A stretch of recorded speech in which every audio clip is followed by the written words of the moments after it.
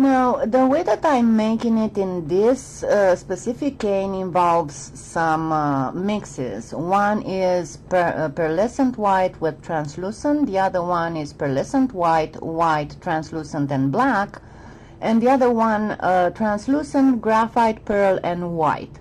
I will post in the description the quantities. I am sandwiching the pearlescent and white mix between the other two, and I will of course pass them with a roller to make sure that they are well stuck together, and after I trim it nicely, in the end I will go with them through the pasta machine.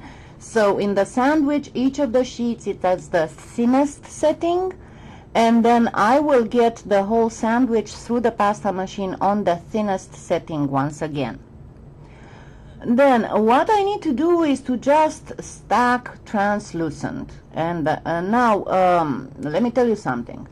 What I'm showing you here is with translucent and with a sandwiched spider web line itself. But you can do this with whatever colors you want. I like to make it in the translucent because I like to have it kind of like floating over other stuff, and it looks nice. But you don't have to make it translucent. You can make it on any kind of background, and you can make the web line just a plain color. You don't need to do the sandwich. As I said, to me it just looks more 3D and more floaty if I do it that way. Now you see that I practically stacked that translucent to high heavens to just get a big lump of translucent, and I will cut it on a diagonal so I can turn one of the pieces around, and I would get a triangle, because that's my goal, to have a triangle of translucent, or whatever other color you choose to be your background for the spider web. And then I am making sure that my triangle has nice straight edges. I don't really care about the ends, because remember, those ends have the tendency to come out. I'm going to use my round cutters just to get the bend. I'm not going to try to cut with that huge stack, because it will be too much. I am cutting the triangle into 3, and then I am getting the curve idea from the round cutter. Definitely on the small one my roller will do just fine. And here is when I can see if I have any kind of misshapen inner tip of the triangle. Then for the middle one, again, I will take the next size cutter to get the curve shape, and again even the next one to get for the next curve shape. And now I will need one plug to end the triangle, because now it has the larger side curved. Then I take my sandwich that was through the pasta machine on the thinnest layer setting, and I'm going to start layering it between the sections of the triangle. I'm cutting off the very end because it's not properly sandwiched, and you can see all of them. And I will just start placing the sandwich between the sections, making sure that I didn't get any kind of air pockets inside, of course. And that is pretty much all that it takes to make a spider web. Now, of course, spider webs have way more than 6 rays, but we are just going to do a kaleidoscope type cane. 6 should be enough. Another thing is that I like to kind of mess up one of the arms of the spider web, because I like to give it more realistic look, and you don't really find a lot of completely intact spider webs out there. Usually they are messed up somewhere. And as you can see, I have plugged the end of the triangle, and then I will cover only one side of the triangle with the sandwich sheet, because if I put it on both sides, when I start putting the slices together, that will become way too thick.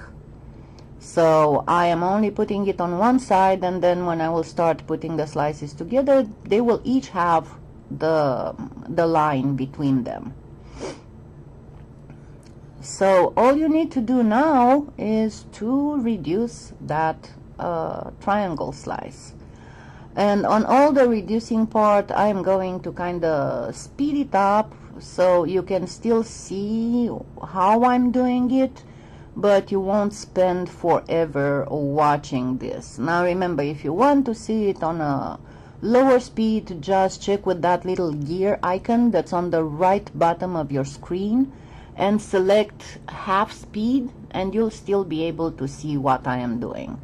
Just turn off the volume, because I will be talking like, I don't know, great grandpa, someone really old. So once I'm getting to a point where I can cut the slice in 3 manageable pieces as length, of course, because you don't want to have a stack that is way too short. It makes it very hard to manipulate for reducing. So once I'm getting to that point, I'm going to trim the edges off so I can have a neat cane, and then I will cut this in 3. And not at this point, but when I will make the half, that is when I will mess up one of these little web parts, web strands, however you want to call it. So I am reducing this again until I can cut it in 2 and still manage it. And then I will cut it in 2 and form half a circle.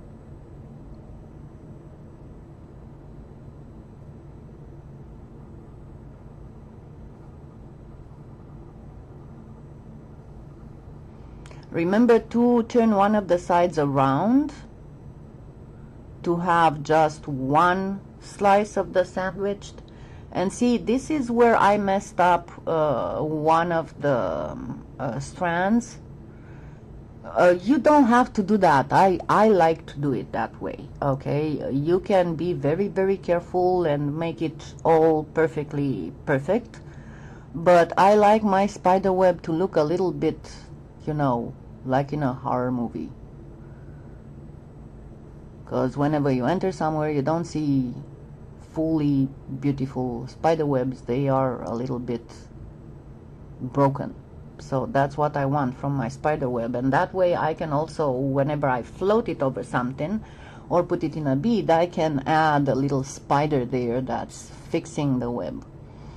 So the only problem that I had on this tutorial was to actually show this to you on a close-up, because it's a translucent cane with a translucenty spider web that's also in a little bit of a 3D. You know that normally these you cannot really see properly until they are placed on something and baked. I think I still managed to do a pretty good photo of it and of close-up. You can still see how pretty it is.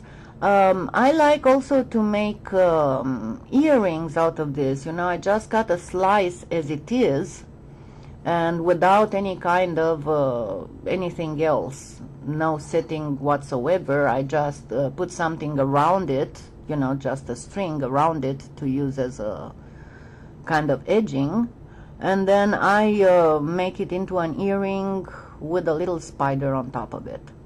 So this is how it looks like, and this is a spider web that you can use for your Halloween goodies. Happy claying!